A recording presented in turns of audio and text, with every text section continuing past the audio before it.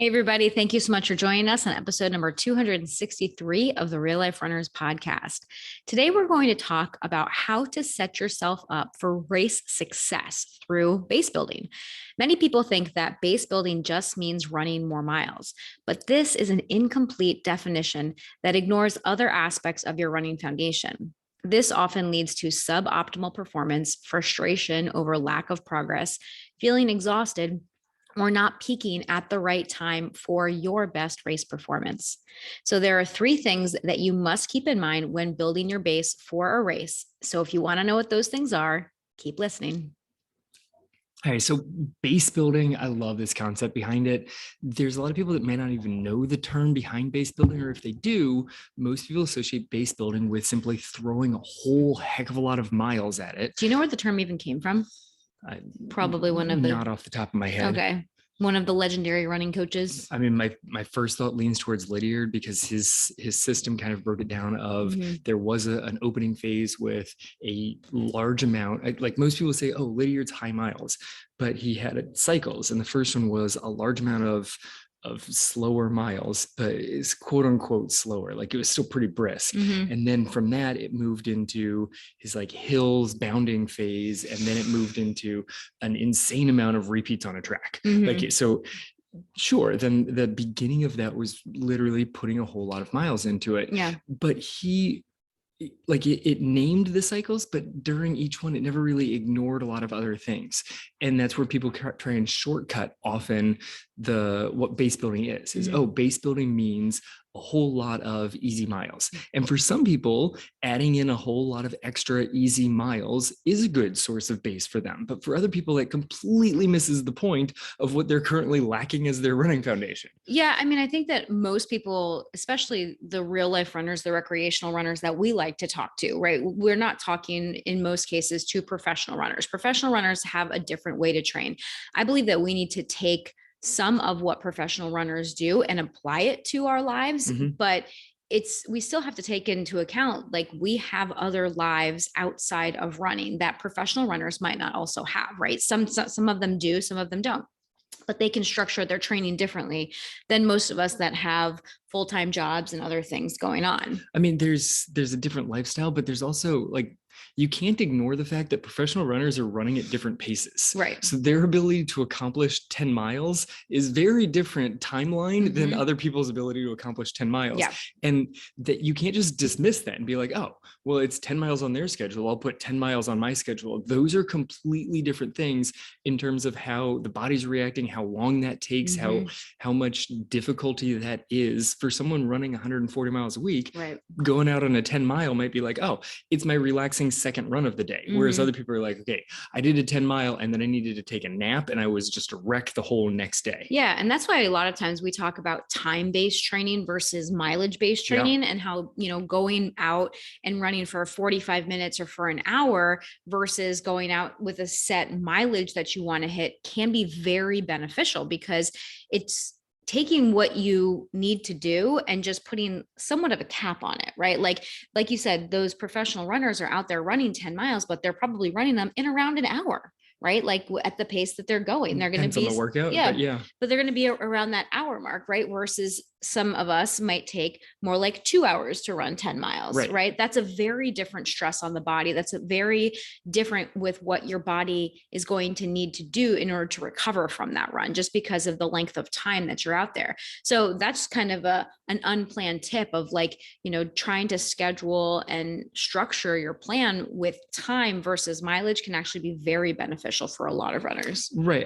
I personally like the combo. If you're training for a specific race distance, something of a longer race distance, you can't say, all right, I'm going to train for a marathon, but I'm going to cap my runs at an hour and a half. Right. Like if you're aiming for a 5-hour marathon and the longest you've ever gone is an hour and a half, there's going to be an issue. Like you got to get closer to the full 26 miles. Yeah. But on a day-to-day, on like weekday basis, I don't think that every run needs to be, well, I have to make sure I'm getting at least 6 miles in. Like, no, maybe you have to be making sure that you get in 45 minutes, maybe somewhere in that 45 to 60 minute range, whatever that happens to get you that day. We've talked so much about taking into account how you feel, the weather, the stress in your own life.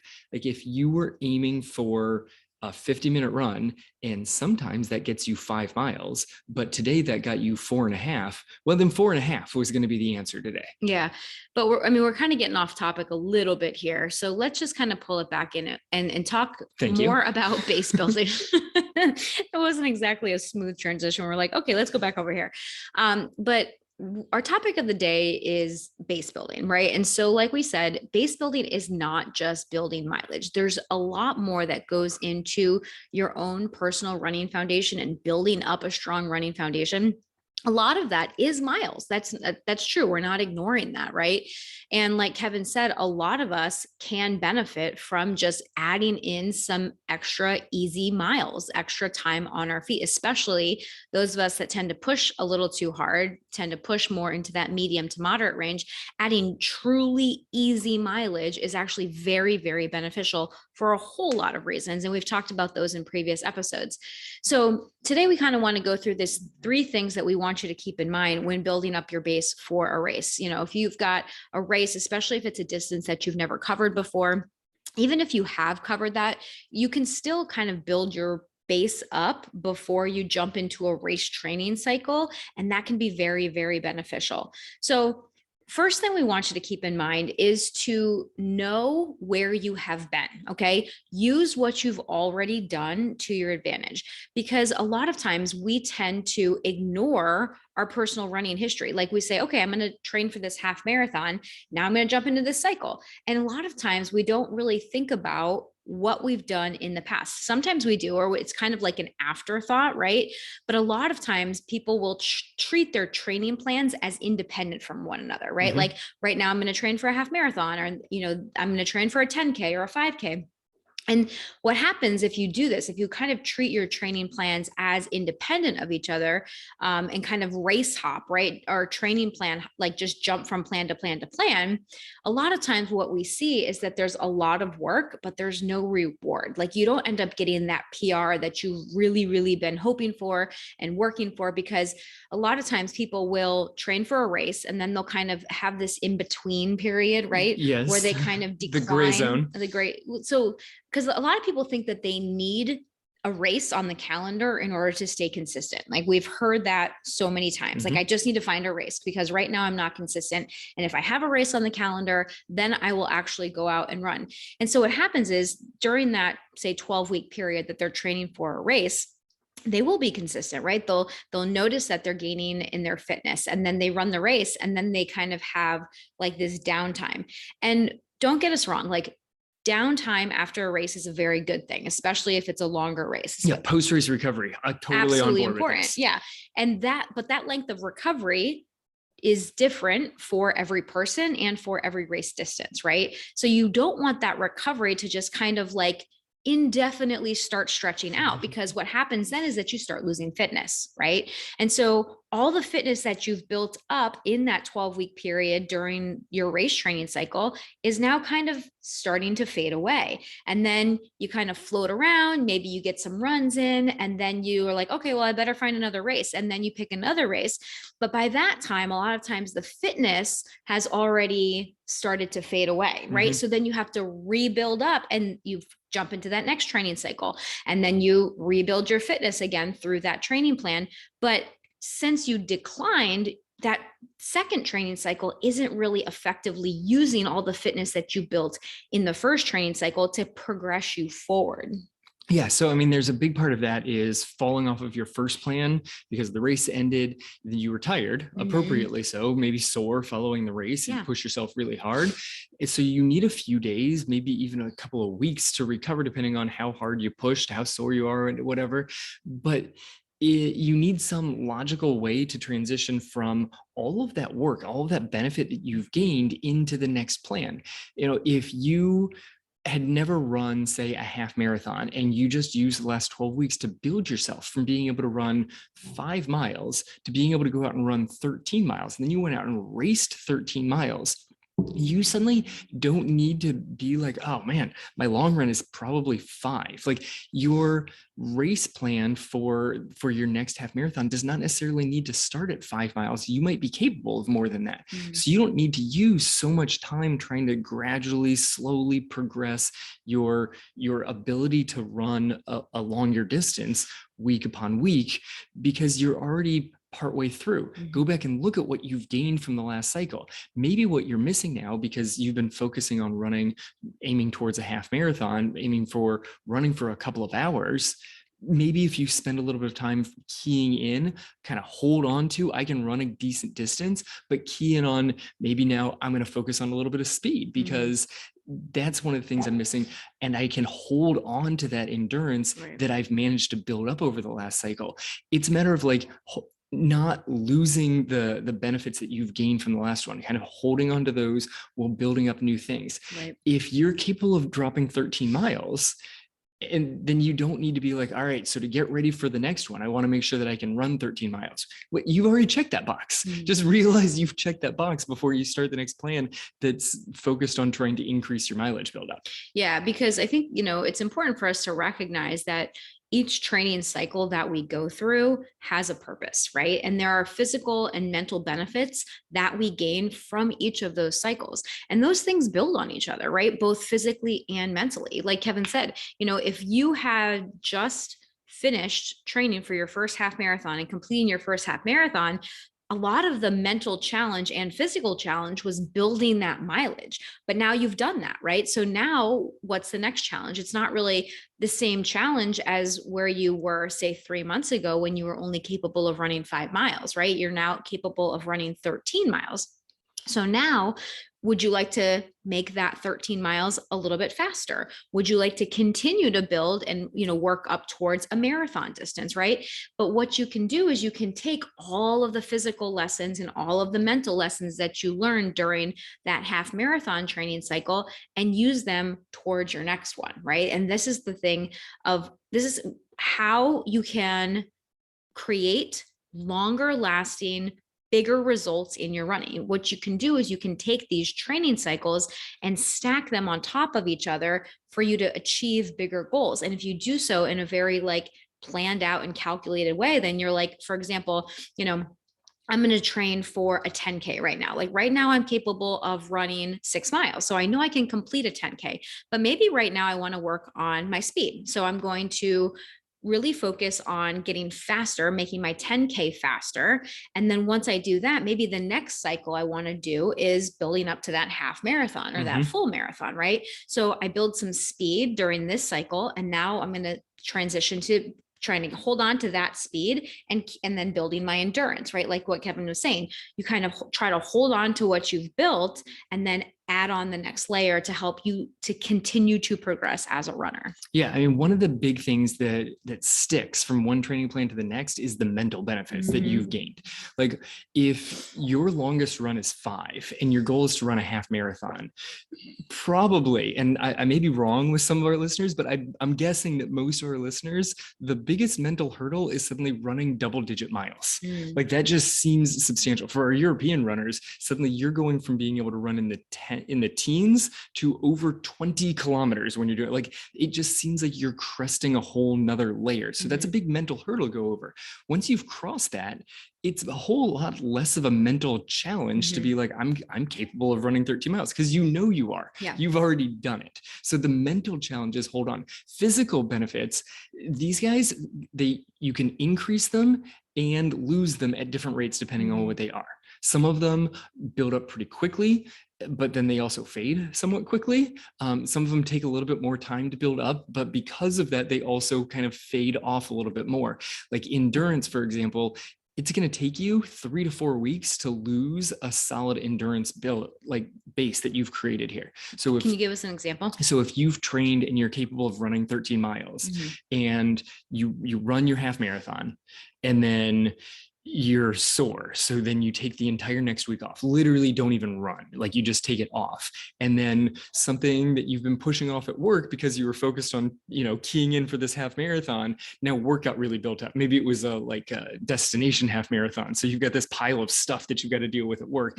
Now, all right, I'm getting out there and I'm maybe doing like 30 minutes a couple of times a week, maybe 3 times a week. That happens for a couple of more weeks now. Now you're 3 weeks since your race. You're probably 5 weeks since your last really long run leading up to the race. You're still fully capable of going out and doing it. Like you can completely go out if you wanted to. It would not feel super comfortable, but your body is fully capable of going out and knocking out 13 miles. It might not feel as great as it would have a month ago, but you're fully capable of doing it. Whereas if you build up to run like your fastest mile ever, you run your PR mile, you go out, you crush it, like you're really working on high end speed. And then because of that, same scenario, you're sore. So you take a few days off, then you got stuff that comes up with work or the kids or whatever it is that comes up. And there's another 2 weeks, most of that speed is drastically reduced. Oh, that's so unfortunate, isn't it? You can build back into it fairly quickly. It's not gone. So what you're saying is that endurance sticks around longer than speed. Endurance sticks around longer than speed, but it's also trickier to build back up than speed. Endurance is trickier to build back up. For most people, there are high adapters in both worlds. Yeah. And I believe this kind of compares well to you and I, is I can increase my ability to just keep running, I think, smoother than you can. But if both of us were like, hey, let's see how fast we could run a mile right now, you would get closer to your mile PR ability faster than I would get to my mile PR ability. You think so? Yeah. Yeah. Well, that's an interesting thing to think about, but it's also, can show you the power of putting these things on top of each other. Yes, right? Very much, which goes to the other point you were covering. Which point? How do you can springboard one training cycle into the next one? Right. Yeah. So we were talking about like taking a 10K, like building the speed up in that, and then going for longer distances. You can also do the opposite, right? Like you can build up like your mileage. And even if you're not training for a race, maybe you just want to build some endurance, build some mileage. Maybe you want to work up to that 10-mile double-digit point. Like even though you might not really have a half marathon on your mind right now, right? It's still very important and beneficial for you to build that mileage. Like this is what we do with our cross country team. Like we coach a high school cross country team and we still build them up to have a longer run. Like every single race that we do in cross country season is a 5K. It's only 3.1 miles for them every single race, but we're building up throughout the course of the summer and the season to be able to run up to like 7 or 8 miles, because having that endurance as a base will help you with those higher end speeds, not directly, but indirectly, right? Because when you're building that base and you're building that endurance, you're building your aerobic capacity, which, like we've talked about in previous episodes, builds the number of mitochondria that are present in your cell. It's building your capillary network so that we can get blood to those working muscles quicker. It's improving your body's ability to use oxygen and to burn fat and to burn glucose and to burn all these different fuel sources, right? So your benefits from endurance training will carry over to help you with speed. So this is kind of the classic base building. That's right? What I was about to say. It's classic base building. Classic base building is like, since we're talking about cross country, like we'll just talk, summer training is classically just build up your mileage, build up longer, slower distances over the summer. And then once we hit race season, then we'll get into some of the speed work and the speed sessions and all that to help take that endurance space that they've built over the summer and now just make them faster, right? And we can do this as real life runners too. We can go through a classic base building cycle where we just kind of focus on building an easy mileage. And then the closer we get to that race date, you kind of hone in more and do those more race specific and speed based workouts. Right. But one of the other big principles that we have at Real Life Runners is that we never really ignore anything. Right. So even during the time that you're really focused on building up, if the main focus is I can run 3 miles, but your goal is to be able to run 10. Okay. Even as you work and your key focus and the time that you want to make sure that you're recovered and prepped for your run is your long run, Also during the week, you're going to have a little bit of speed. You're Mhm. going to have some strides. You're going to continue to do your strength training and stuff like that.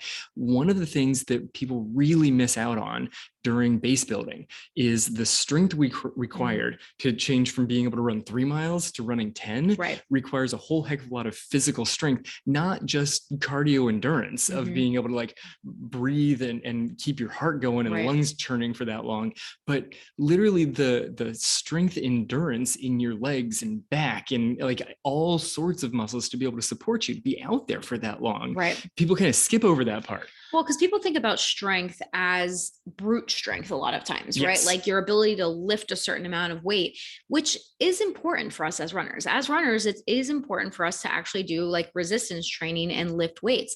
But there's also something that we need to think about called muscular endurance, right? Mhm. There's cardiovascular endurance, and then there's also muscular endurance, and how resistant your muscles are to fatigue. Like how many contractions are your muscles able to go through before they start getting tired, right? And that's what Kevin is really talking about when it comes to our muscles being able to support us as runners as we increase our distance.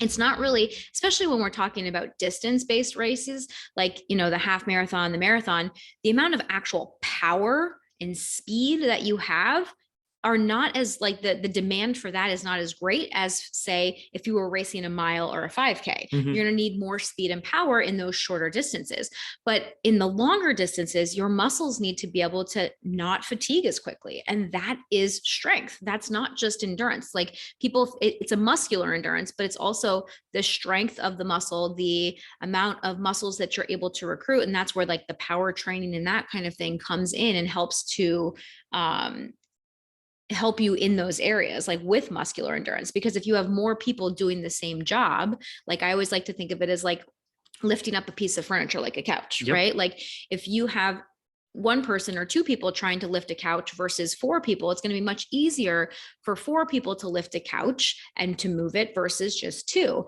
And if four people are doing the job, those four people are not going to be as tired. They're going to be able to lift and move more pieces of furniture because they don't fatigue as quickly.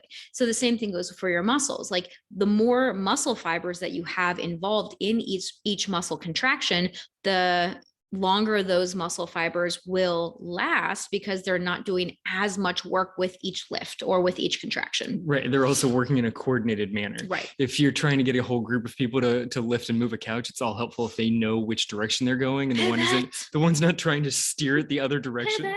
Yes. The one keeps turning left. Everyone's no, we're going straight. And this guy's like, I'm gonna trying to clap along to the beat of the song, and the one guy's not clapping correctly. That's not helping your muscles work smoothly together. Yeah. Right. So stacking these cycles is really key. If you've got a race, then sure, taking a little bit of recovery after a race before jumping into the next one is good, as long as that recovery cycle doesn't extend too long, so you can then still use the benefits of one. But if you don't have a race, you pointed out you could build the endurance and then slide into some speed, or you could build some speed and slide into endurance. That's the whole idea, that your foundation, your base building does not just have to be miles, is you could work on building speed and then go to building endurance off of that guy. Right. If you don't have races that are sort of derailing you, then the time to be like, all right, I need to make sure that I spend a couple of weeks or a little bit of time on recovery, is when it starts feeling pretty oppressive to go out and run. Like, all right, I don't know if I could put together another solid training week. You need some downtime then. Yeah. Like your body just needs that. If you race periodically and you're like, I'm pretty sore, I need a few days to recover from this one, it's like naturally built in because it follows race. But if you're like, all right, I'm going to use 12 weeks to just increase how long I can run, and then I'm going to follow that immediately with to see how fast I can run. By the end of those, 24 weeks, you might be kind of tired and you might need a little recovery time in there. Yeah. And this is why it's so important to know where you've been, right? This is what we're talking about here in step number 1, is like knowing where you've been. What foundation do you already have in place? That's really important for your future success. Like you need to know where you've been. And then we're going to go into step 2 and step 3 here in a second. But like knowing where you've been is super, super important, and building up that base, that foundation ahead of time is critical for your success in future races. And this is what, like, one of the things that like I always try to tell my patients, like people that come in, say with knee pain, and they're like, well, I'm not sure, like my doctor thinks that I might need surgery, I might need a knee replacement, I might need meniscus surgery, whatever a surgery it might be. So I don't know if this is worthwhile because I might have to have surgery anyway. And I always tell them, like, it's always worthwhile. It's always worthwhile for you to get stronger, even if the outcome ends up being surgery. If you can go into surgery with those muscles being stronger, already knowing the exercises ahead of time, like that's why I think that quote unquote prehab is super important. They've actually done research studies on this that show that people who undergo like 4 weeks of prehab, of like going to physical therapy before a total knee replacement, they end up having better outcomes afterwards. And it's so much of that is because they build up their strength ahead of time, so they get to keep that and like into surgery with them. They already get to learn some of the exercises so that when they get out of surgery, they already know them. And there's such a thing called muscle memory. Those your muscles are able to, well, yeah, I remember this exercise. We've did this before, right? So they're able to kind of jump into the rehab exercises more effectively without trying to figure out like, how do I do that exercise again? Right. Which way is my leg supposed to go? Right. And so like if you are in better physical shape prior to the surgery, your outcomes after the surgery are usually going to be much better. Right. So you carry over what came from before the surgery into post surgery. Exactly. All right. So our second thought here is know where you currently are.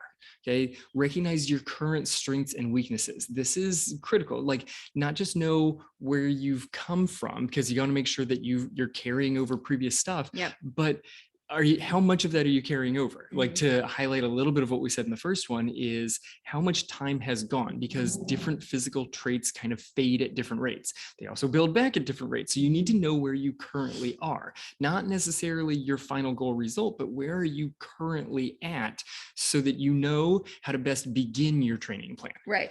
And a lot of the mistakes that we see here are that people, they kind of want to be at that physical goal at the start of the plan. They're like, well, I want to be able to run a half marathon at this pace. And so they end up like trying to do their workouts at the beginning of their plan at that goal pace, right? And they often ends up leading them to like be constantly pushing themselves to like be in shape to run a PR, right? And a lot of times what happens, instead of actually using that whole cycle to build yourself up, they're kind of using that cycle to try to like be in PR race shape right now, because what they're doing is they're overvaluing where they've been, right? Instead of like continuing to see one thing just as, okay, that built into this and this built into this.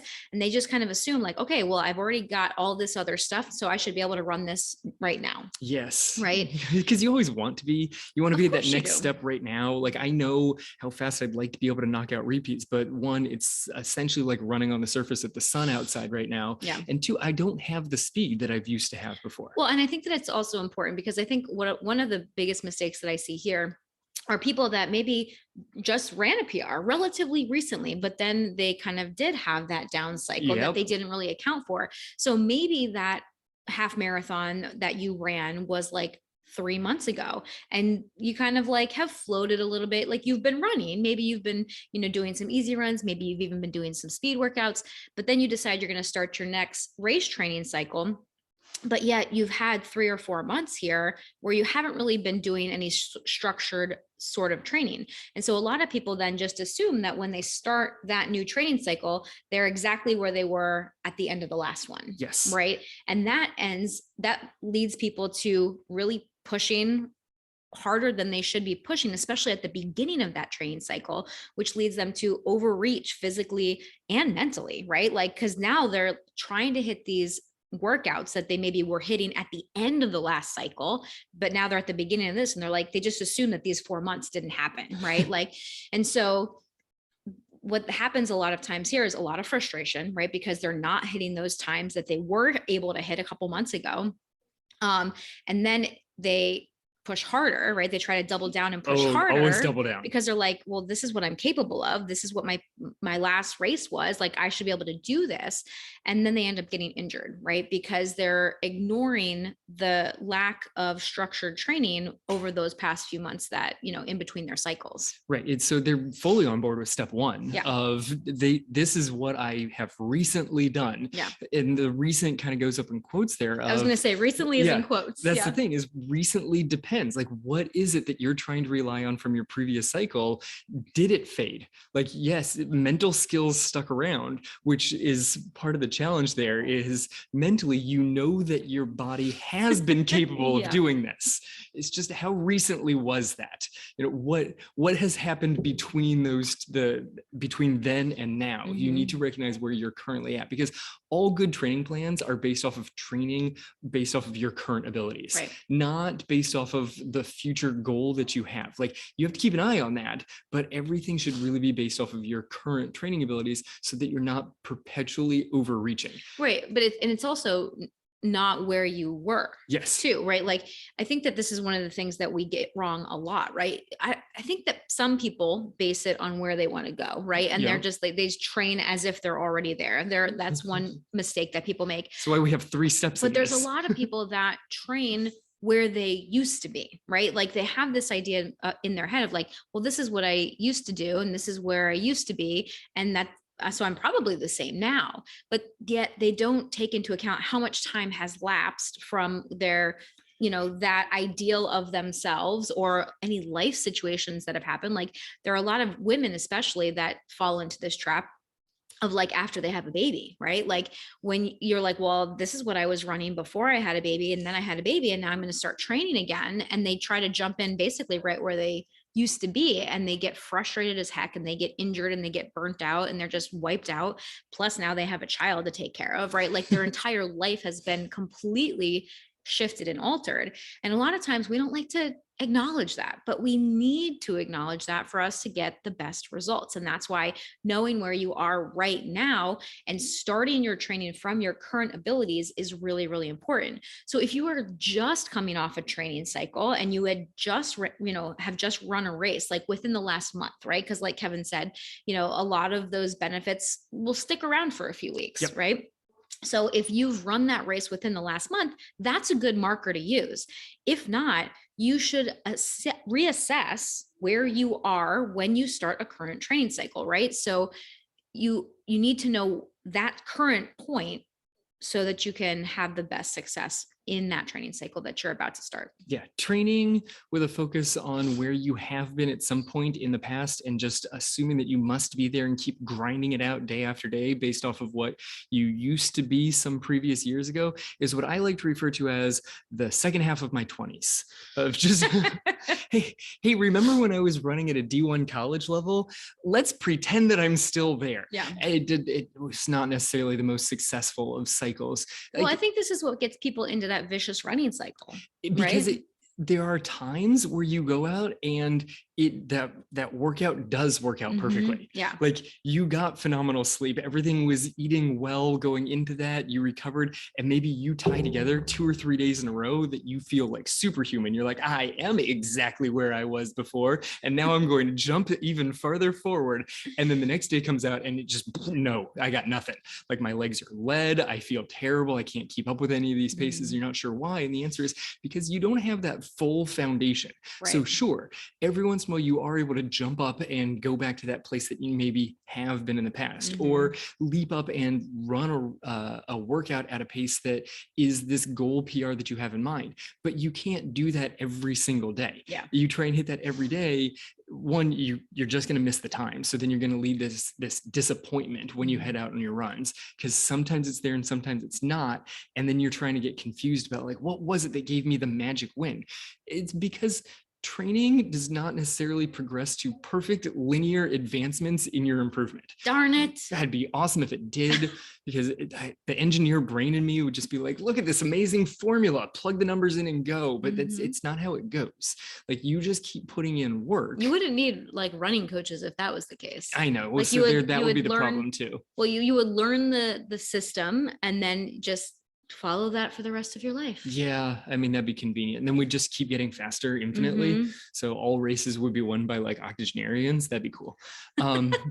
So, but your training, as much as you want to keep putting in the training, it's not going to always lead to linear improvements. There's going to be plateaus. And we talk on this, within Real Life Runners about, not getting stuck on the plateau. That doesn't mean that the plateau doesn't exist. That just means recognizing it and then seeing how to get off of the plateau.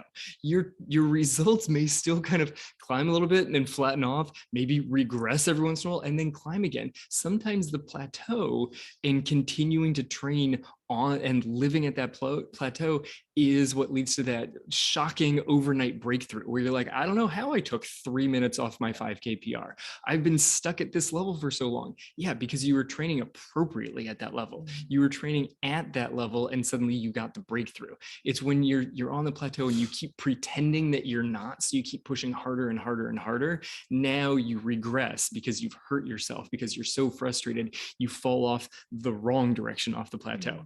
Train where you are and see eventually that you're going to pop forward off of this thing. Yeah. I mean, I feel like this is kind of the same thing as like the overnight success. Yes. Right. Like in business or in not social media. I mean, I guess social media nowadays, just, I was going to say like in media or in movies or whatever, right? Like you see these people that just kind of seem to pop out of nowhere and they are like the quote unquote overnight success. But what you ignore is like the 5 years that they've just been grinding, right? Like that they've been going, we'll just take acting, right? Like an actor pops onto the scene and all of a sudden they're in like every movie, right? Yep.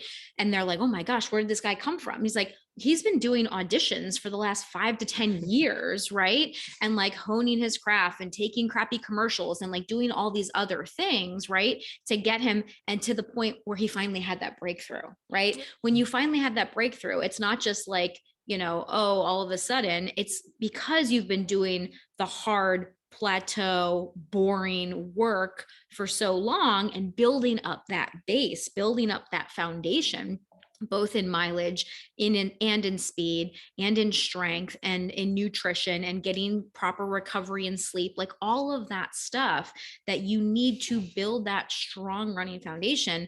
That's what leads to those breakthroughs. It's not just like some magic workout that you do. It's not you pushing harder over and over and over again, and then finally you break through. Pushing harder over and over and over again is just going to continue to break you down and make you not capable of that breakthrough. Yeah, that's why I love the website IMDb, where you're like, man, who is that actor? What, I feel like I've seen them before, but I've never seen them in like a leading role. And you click on, you get their history, and they're like, oh yes, they played man number 3, and then they also played the random person in Grey's Anatomy. Yes, like uncredited man on sidewalk. Yeah. Like, okay, so they've been in 30 movies. They got credit in like 20 of them because the other one they were literally just a background character, and now suddenly somebody decided to give them a speaking role, and then they said a line in a movie, and yes, they've been doing things. Right.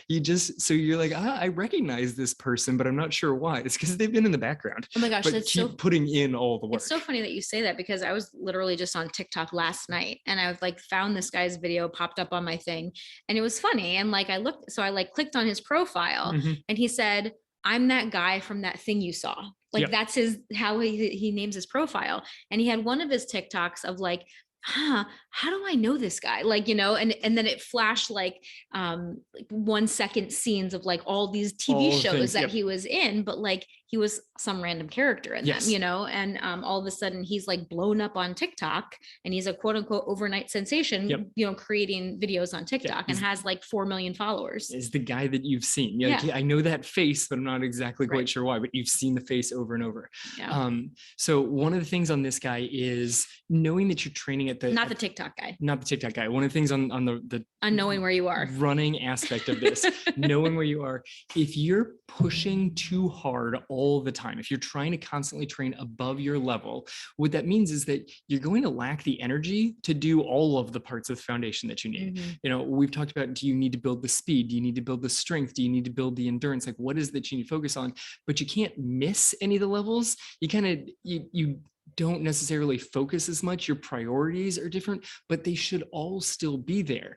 And if you're training above your level, then the ones that are not like your key priority may fade to zero. Like that's the problem, is like, all right, well, I really wanted to build up my endurance. I used to be able to run 10 miles. So I'm just going to go out and run 10 miles. Now you're too tired for the next 3 days to get in the strength session. Yeah. Now you're skipping the speed session. And suddenly you're losing all of these other abilities. And you're like, this is not a good plan. You're constantly hurt. Ice is not a long-term plan. Like that's just not a good long-term training plan.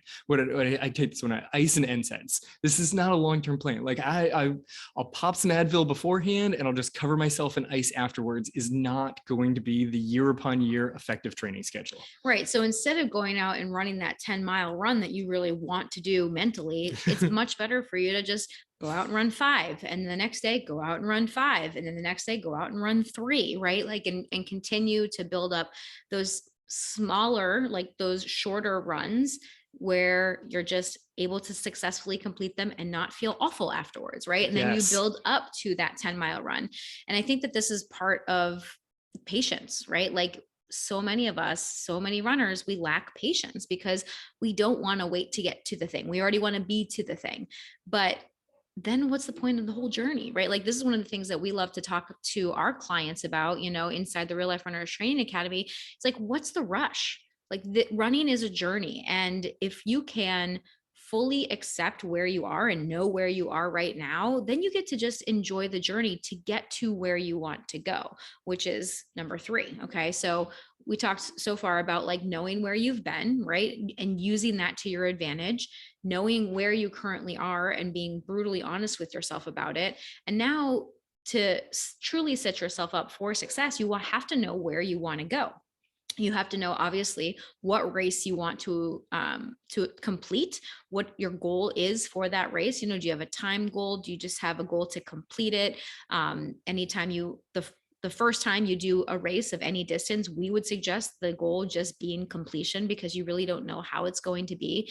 And a lot of times if you set a time goal in your head before you've ever completed that race distance, it can lead to a lot of disappointment, which is kind of stinky. Like if it's the first time you ever run a half marathon or a marathon and you're disappointed at the end of it, like that kind of stinks, right? Yep. Like that's why like setting that goal of just like being able to complete it, and then you kind of see where your time is. And then from there, going back to like, you know, step 1 of this whole process, like using the last training cycle to then get faster and to decide where you want to go is really important. But a lot of times what happens is that people they know where they want to go, right? They know that this is the race that I'm going to run, and this is the time that I want to run that in. And so oftentimes they try to focus too quickly on race specific workouts. So they're like, well, if I'm running a half marathon, then I should probably start doing all of my long runs at half marathon pace. Yes. Right. Like I'm going to focus on that pace because I know that I want to run it at 9-minute pace. So all of my long runs, I'm just going to start doing at 9-minute pace. And this is not the most effective training method, right? To train this way, because a lot of times what happens is that they end up getting too tired, fatiguing themselves, and really trying to focus on that race pace type of workout. And essentially they just don't make the progress that they want to make. Right. So what often happens, because we get the same thing with kids on our cross country team, is they think that every time they do something where they're pushing themselves, it needs to be like, whether it's a workout or an actual like early season race, everything needs to be their goal 5K PR on the season. Or pushing as hard as they can. Yes, pushing as hard as they can, which especially like our freshmen that don't understand how to pace themselves. Right. So then they're pushing way beyond 5K effort. Yeah.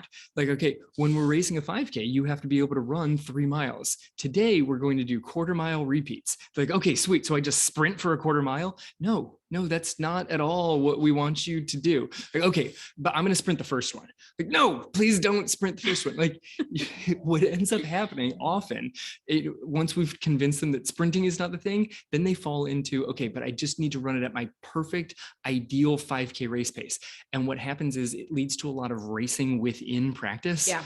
And then they race the workout on a Thursday. So they show up on Saturday and they just feel completely flat because they literally left their race PR on the training course on Thursday. Yeah. Okay, there it they is. pushed too hard during the workout. There it is, sitting on the track. It's there on the trails. Right. Now you show up on race day and you didn't bring the PR with you. You left it on Thursday. Like, oops, you forgot what was supposed to, you forgot the goal of the plan. The goal of the plan is to be really fast on race day, not really fast on like week 3 of a 12-week plan. That was not the goal. The goal wasn't win week 3. The goal is to win every week. Let's be real.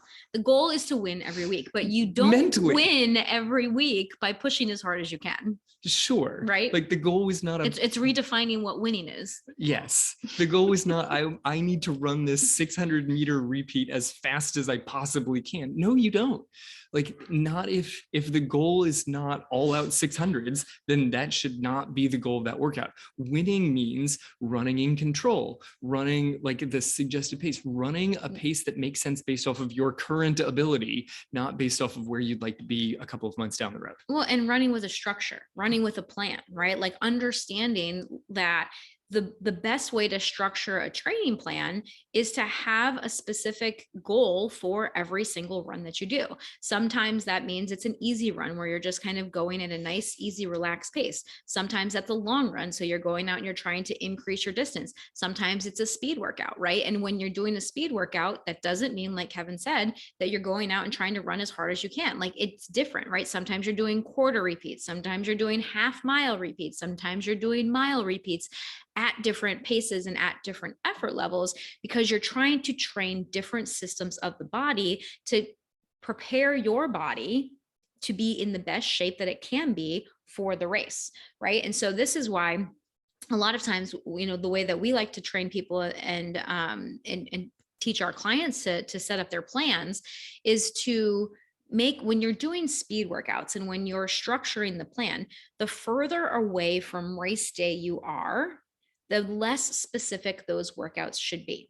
Okay. So for example, if you're training for a 5K, and this is what makes cross country kind of quote unquote tricky to coach, because every race is a 5K, right? So it's not that we're trying to like build them up to this one distance or this one speed, but the goal is to have them peak at the end of the season, right? And so there are some races that we will do what you just described, right? We'll have a hard speed workout on like Thursday or Wednesday and then race on Saturday, and their legs are going to be dead. But the goal is not to PR at that race. And some of them still will, right? Especially the like newer runners, especially our newer runners, right? Because like it's fun when they come in as freshmen and like every race is a PR just because they keep getting in better shape, right? But then when they get to be like a junior, a senior, and they're like starting to not see those PRs every single race, right? And we're like, yeah, that's because we're training for the end of the season. The goal is to get to the state championship and have that be the peak, right? Like, we want you to peak at the state championships every year. That is the goal. And so the further away from that, when we're training in August, when we're training in September, we're not doing workouts to hone in on that peak PR race pace. Right. And they always get a little bit disappointed. And then we get this race where it's the last race of the season that we have our entire team. It's before the team cuts down to just the varsity runners. Yeah. And everybody goes out and they crush it at the county meet. Mm-hmm. And they're like, Coach, I just PR'd by 2.5 minutes. I'm like, yes, that's because you didn't PR all season long, because we actually were training you to be able to peak at this race. Right. The goal of the season was the smile you currently have on your face. Yeah. So you remember that disappointment you had last week because you're like, I don't know, I didn't feel great last week. It's because you feel awesome today. It's almost like we coached you appropriately. It's fun that way because they're so excited with the PR at the end. Right. And that's why, like, so, how do you apply this to you? Like, so if it's a 5K, if it's a 10K, a half marathon, whatever it might be, right? The further you are from that race distance, the less specific your workout should be. So if you're aiming for a 5K, you're going to want to kind of start with more of those slower miles, like we were talking about, building up that base and then putting in like some strides so that you're still kind of hitting very short, bursts of that higher end speed, right? So, because like we said, even though you're focusing on different things, it doesn't mean that you completely ignore certain aspects of your training, right? Yeah. So you're doing a lot of slower, easier miles, building up that endurance, throwing in some strides for speed, and then the closer you get to that 5K race that you're aiming for, then you start doing more like mile repeats at 5K pace or half mile repeats at 5K pace, where you're trying to really hone in on that race specific pace. Because within those couple of weeks right before the race, you're going to be close to the shape that you want to be in, right? You're going to be close to that peak. So you're going to be more able to hit those goal paces. Yeah, 100%. And when you start putting in the speed earlier in a training block for a 5K, the speed does not need to be at 5K race pace. It either needs to be faster because you're doing much shorter. You're doing like strides, 15 to 20 seconds. 15 to 20 seconds. Yeah. Maybe at most you're pushing up to like a quarter mile, and you're doing that faster than 5K pace. And then as the season progresses, your intervals are able to stretch out and get a little bit longer. Instead of a quarter mile, now it's a half mile. Now it's kilometers. Now it's miles. But the pace slows down a little bit because the pace comes back towards your new 5K goal pace. So you kind of like sharpen towards your 5K over the season. If you're training for a marathon, your goal pace is not that fast relative to how fast you can run. Like the pace that you can sustain over 26 miles and the pace that you can sustain like down the block are very, very different paces. Yeah. So it's like, how do you hone in on that? Well, it's okay to have some decent speed at the beginning of a marathon plan, because as you get closer to race date, you're going to lose some of that speed because you're not as focused on it. Right. So they're different body systems too. Yes. I've heard several coaches that suggested that the overall like big view of a marathon is get real fast at the beginning of the season and then hang on to that as much as you can as you build your endurance, because you're going to naturally lose some of that speed over the course of making sure that you can try and hold as much speed for 26 miles as you can. Right. You're going to lose some of the higher end speed. Right. So, when you're doing those race specific types of workouts, you're going to want to progress them throughout the plan, right? You're not going to worry so much about hitting that goal pace at the start. You're just going to start getting used to doing the work, right? You're going to maybe start hitting quarter repeats or half mile repeats or mile repeats, but not at your 5K goal pace, right? Like just at maybe your current 5K pace or your current 10K pace, right? Just kind of getting used to doing the work, putting in those speed works and, earlier in the plan, and then honing in on that race pace as you get closer. Yeah, this one's, I really like this concept here of when you are aiming for race specific workouts, because you can't just throw race specific workouts in the last couple of weeks of the plan, especially if you're training for something longer, like a half marathon or a marathon.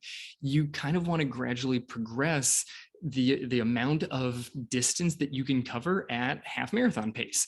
Like if you're like, all right, before I go out and run this thing, I'd like to be able to do like a steady state run of 6 miles at half marathon pace. You can't just drop that into the plan out of nowhere. Like you have to kind of throw that in. So earlier in the plan, you'd be like, all right, I'm going to do like 3 times a mile at my goal pace, and see how that pace feels to you. Because it's going to be real,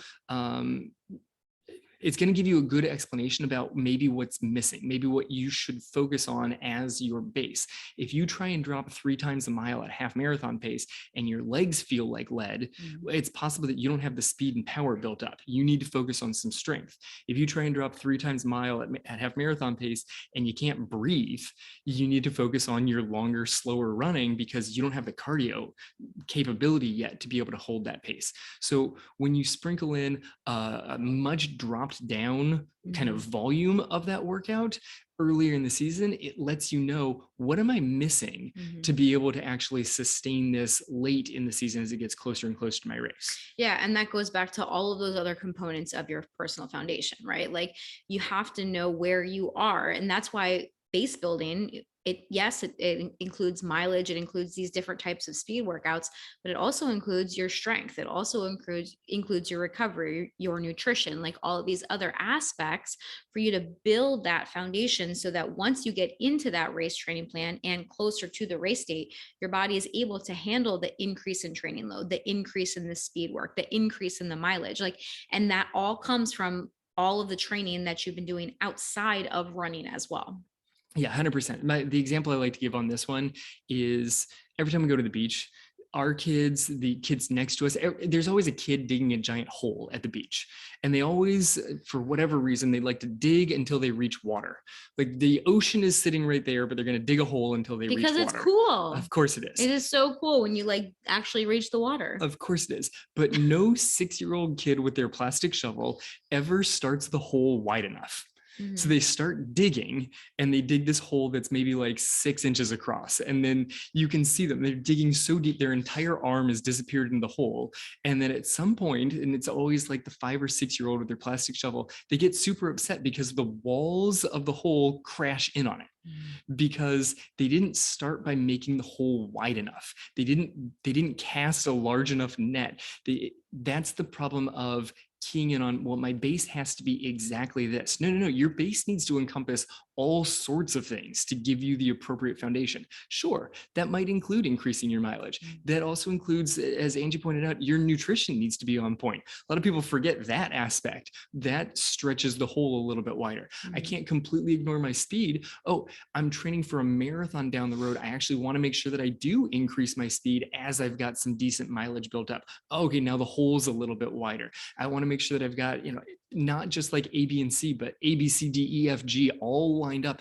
That hole that you're going to dig now starts wide enough. So now as you keep digging deeper and deeper, the walls don't come crashing in on you. Yeah. It just occurred to me that I'm like, it's always that kid that's trying to dig, like the hole is literally as wide around as their arm. And then they get annoyed that the walls come crashing in on them. Start it wider. Make sure that your base is actually a substantial base. Yeah. And again, the one thing I don't want you guys hearing here is like, oh my God, there's all of these things I need to consider. This sounds so overwhelming. This sounds like too much. I don't think this is for me. Like, that's not what we're going for here, right? Our goal is to give you the big picture so that you can kind of figure out, okay, what are maybe the pieces that I'm missing? Because in all likelihood, you're not missing all the pieces. You've probably already started to develop a few of these pieces. And that was point one. Yeah, you have these. Exactly. You have to know, what you've already accomplished, like, and then just kind of see, okay, how can I improve this just a little bit, right? Like, you don't have to completely overhaul your diet and your nutrition unless you want to, but like, okay, here's what I'm currently doing. How can I improve that a little bit? And like, for a lot of people, as they are training, especially for longer races, they need to increase how much they're eating. They need to increase the carbohydrates, because if they're not feeling like they can hit those paces, like they can hit that mileage, a lot of times it's a fueling issue, right? You're just not eating enough because you're still eating as if at the same way you were when you were running maybe 10 miles a week, and now you're running 20 miles a week. Your body needs more fuel, right?